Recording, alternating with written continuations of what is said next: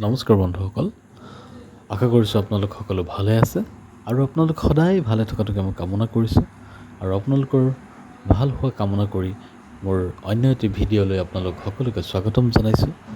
আজিৰ এই ভিডিঅ'টিত আপোনালোকক জনাম পাৰিজাত ফুলৰ বিষয়ে।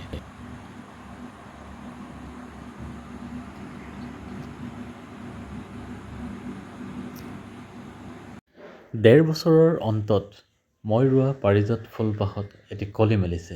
কলিটি আপোনালোকক দেখাইছোঁ। আজি দুদিন হৈছে কলিটি মেলা। ভাল লাগিছে পাৰিজাতজোপাৰ এই কলিটি দেখি।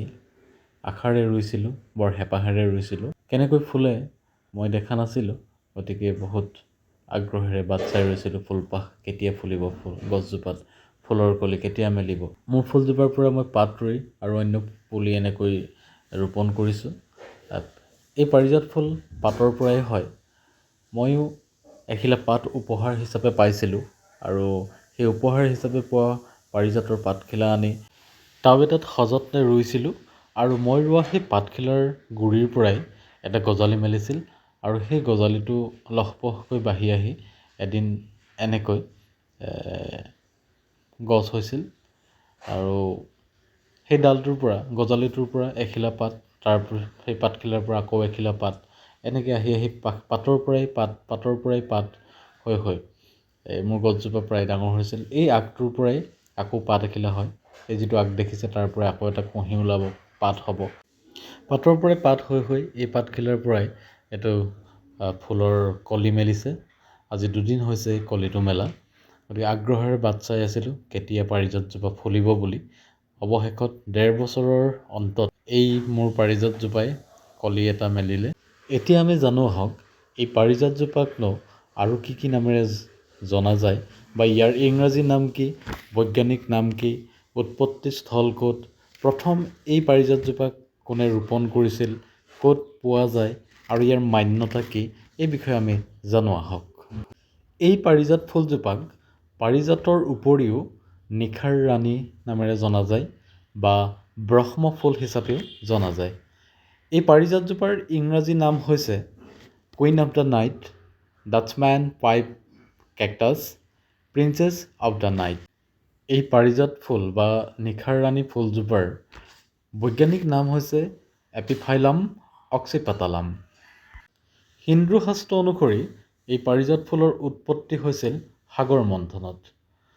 সাগৰ মন্থনত মুঠ 14বিধ ৰত্নৰ উৎপন্ন হৈছিল আৰু 14বিধ ৰত্নৰ ভিতৰত এই পাৰিজাত ফুলো উৎপন্ন হৈছিল।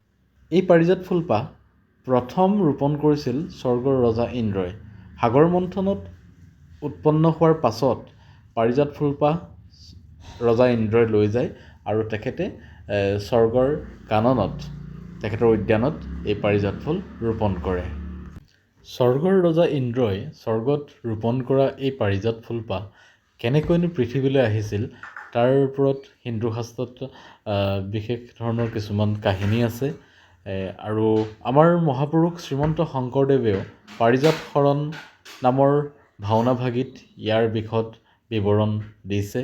কেনেকৈ পাৰিজাত ফুলৰ কাৰণে কৃষ্ণই গৈ ইন্দ্ৰৰ ৰাজসভাত ইন্দ্ৰক খুজিলে আৰু ইন্দ্ৰৰ পত্নীৰ লগত সত্যভামাৰ কি কাজিয়া হৈছিল বা ৰুক্মিণী আৰু সত্যভামাৰ পাৰিজাতৰ লগত কি কাজিয়া হৈছিল, এই গোটেই কাহিনীখিনি আৰু কালক্ৰমত কৃষ্ণই কেনেকৈ ইন্দ্ৰৰ পৰা পাৰিজাত ফুলপাহ আনি পৃথিৱীত ৰোপণ কৰিছিলে, এই সমস্ত কথা আমাৰ মহাপুৰুষ শ্ৰীমন্ত শংকৰদেৱে পাৰিজাত শৰণ ভাওনা ভাগিৰ জৰিয়তে বিশদভাৱে বিৱৰণ দিছে। কলি মেলাৰ পৰা 9 দিনৰ দিনা আজি ফুলপাহে পাহি মেলিবলৈ আৰম্ভ কৰিছে আৰু ফুলপাহ আমি ওপৰৰ পৰা আনি দৰজাৰ সন্মুখত ৰাখিছোঁ। লোকপ্ৰবাদ অনুসৰি বা মানুহে কোৱাৰ ধৰণেই আমি আমাৰ দৰজাৰ সন্মুখত ফুলপাহ ৰাখিছোঁ, কিয়নো এই পাৰিজাত ফুলপাহ দৰজাৰ সন্মুখত ফুলাব পাৰিলে ভাল বুলি কয় বা ঘৰৰ ভিতৰতো ফুলাব পাৰে। গতিকে আমি দৰজাৰ সন্মুখতেই ফুলপাহ আনি ৰাখিছোঁ যাতে দৰজাৰ সন্মুখত ফুলা আমি দেখা পাওঁ।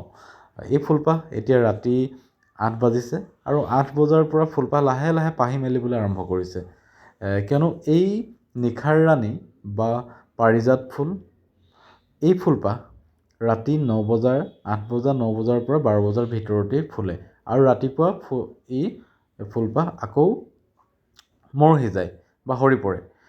এই পাৰিজাত ফুলপাহ সুগন্ধিময় ফুল আৰু এই পাৰিজাত ৰাতি ফুলা ফুল। ই ৰাতি ফুলে আৰু ৰাতিপুৱাই এই ফুলপাহ আকৌ ম্লান পৰি যায়।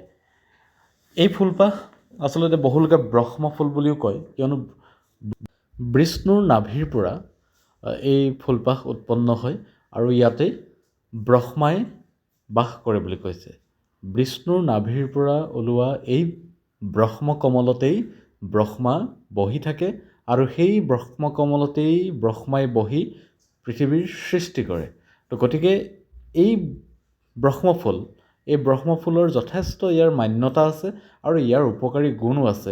আৰু লোকপ্ৰবাদ অনুসৰি এই ব্ৰহ্মফুলপাহ বা এই পাৰিজাত ফুলপাহ যেতিয়া জকমকাই ফুলি উঠে, সেই জকমকাই ফুলি উঠা সময়তে যদি আপোনালোকৰ যদি কোনোবা সন্তানে পঢ়া শুনা কৰাতে তেওঁলোকৰ মন নবহে, পঢ়া শুনাত বেয়া, পঢ়িলেও মনত নৰয়, তেতিয়াহ'লে এই পাৰিজাত ফুলপাহ জকমকাই ফুলি থকা সময়তেই এগছি বন্তি লৈ আৰু সেই শিক্ষাৰ্থীসকলক লগত লৈ সেৱা কৰিব লাগে আৰু সৰস্বতী মাতৃক পূজা কৰিব লাগে। তেতিয়া সৰস্বতী মাতৃ খুবেই সন্তুষ্ট হয় আৰু সন্তানসকলৰ বা সেই ছাত্ৰ ছাত্ৰীসকলৰ তেওঁলোকে আশীৰ্বাদ দিয়ে আৰু তেওঁলোক পঢ়াৰ ক্ষেত্ৰত যথেষ্ট উপকৃত হয় বুলি লোকপ্ৰবাদ আছে। এই ফুলপাহ কেৱল সৰস্বতী মাতৃ যে সন্তুষ্ট হয় বা ব্ৰহ্মাই সন্তুষ্ট হয় বা বিষ্ণুৱেই যে সন্তুষ্ট হয় তেনে নহয়।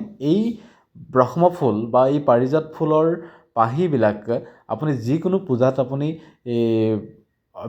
অৰ্পণ কৰিব পাৰে আৰু যিকোনো পূজাত অৰ্পণ কৰিলে পূজা সফল হয়। বিশেষকৈ সদাশিৱ মহাদেৱৰ পূজাত এই ফুলপাহ যথেষ্ট জৰুৰী। এই ফুলপাহ দিলে পূজা সফল হয় বুলি কয়।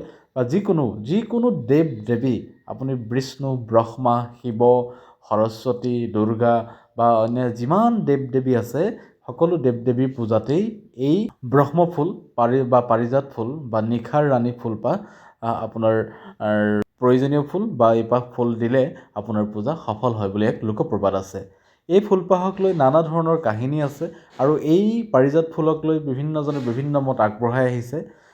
তাৰ ভিতৰতে হিন্দু শাস্ত্ৰ অনুসৰি ব্ৰহ্মাৰ পুত্ৰ নাৰদে সৰগৰ পৰা এই পাৰিজাত ফুলপাহ আনি কৃষ্ণৰ হাতত দিছিলে আৰু কৃষ্ণৰ হাতত এই পাৰিজাত ফুলপাহ ৰুক্মিণীয়ে দেখা পাইছিলে আৰু পাৰিজাত ফুলপাহৰ প্ৰতি ৰুক্মিণী আকৃষ্ট হৈছিল।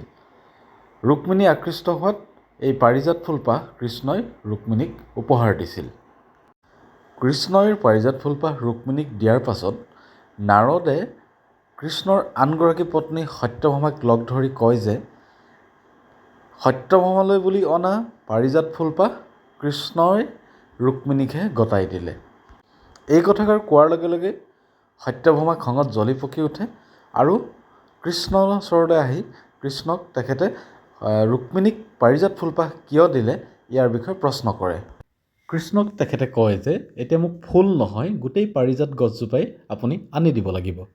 সত্যভামাৰ এনে অভিযোগ শুনি কৃষ্ণ বিপাঙত পৰে আৰু কৃষ্ণই ভাবিবলৈ ধৰে যে কথাটো বহুত বেয়া হ'ল, এতিয়া মই সত্যভামাকো সন্তুষ্ট কৰিব লাগিব। গতিকে সত্যভামাই কোৱা কথাষাৰ কেনেধৰণে তেওঁ পালন কৰিব পাৰে তাৰ বাবে চিন্তা কৰি তেখেতে পাৰিজাত ফুল বিচাৰি পাৰিজাতৰ গৰাকী স্বৰ্গৰ ৰজা ইন্দ্ৰৰ ওচৰ পালেগৈ আৰু এই পাৰিজাত ফুল বিচাৰি যাওঁতে লগত তেওঁ সত্যভামাকো লৈ গৈছিল।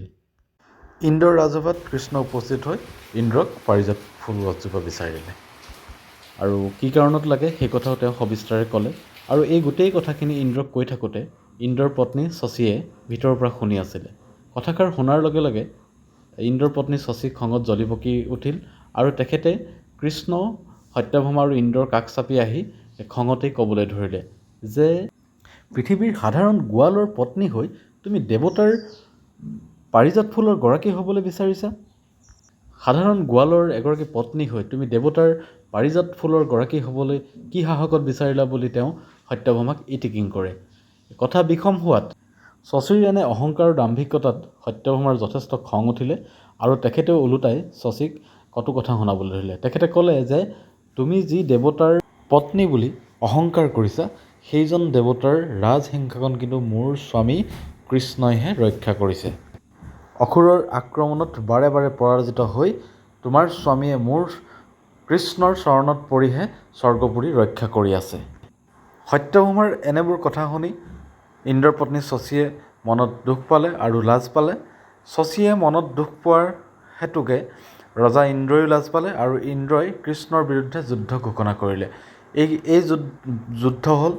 যুদ্ধ হোৱাৰ শেষত ইন্দ্ৰ হাৰিলে। ইন্দ্ৰ হৰাৰ পাছত শ্ৰীকৃষ্ণ আৰু সত্যভামাৰ চৰণত ইন্দ্ৰ আৰু তেখেতৰ পত্নী শচীয়ে আঁঠু ল'লে। আঁঠু লৈ কাকতি কৰিবলৈ ধৰিলে যে হে প্ৰভু, আমাৰ ভুল হ'ল, আচলতে আমি ভুল কৰিলোঁ। সমস্ত জগতৰ ঈশ্বৰ আপুনি আৰু জগতত যিমান বস্তু আছে সকলো বস্তুৰ গৰাকীও আপুনি, গতিকে আপোনাক যি লাগে আপুনি স্বৰ্গপুৰীৰ পৰা নিব পাৰিব।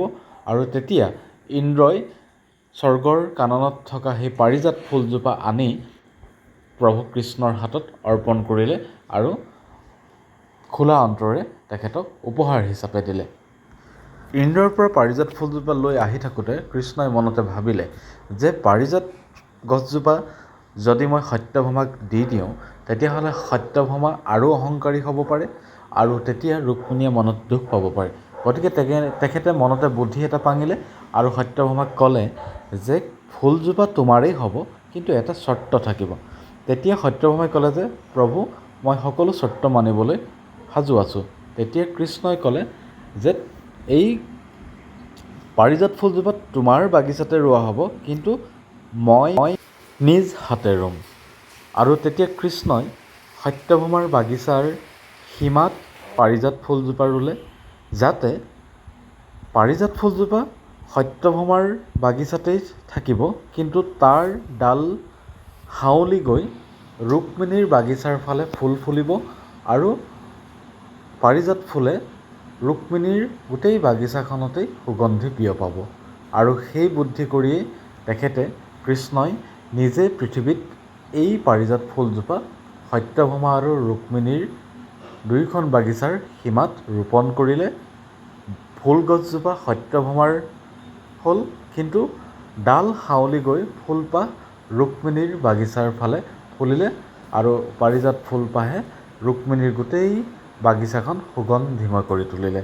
গতিকে বন্ধুসকল, ভিডিঅ'টো কেনেকুৱা পালে আপোনালোকে জনাব। যদি ভিডিঅ'টো ভাল লাগিলে তেতিয়াহ'লে নিশ্চয় এটা লাইক কৰিব, কমেণ্ট কৰিব আৰু ভিডিঅ'টো যিমান পাৰে শ্বেয়াৰ কৰিব।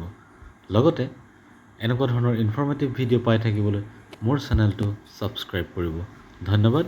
আজিলৈ আহিছোঁ। আকৌ এটি ভিডিঅ'ত লগ পোৱাৰ আশাৰে। জয় অসম।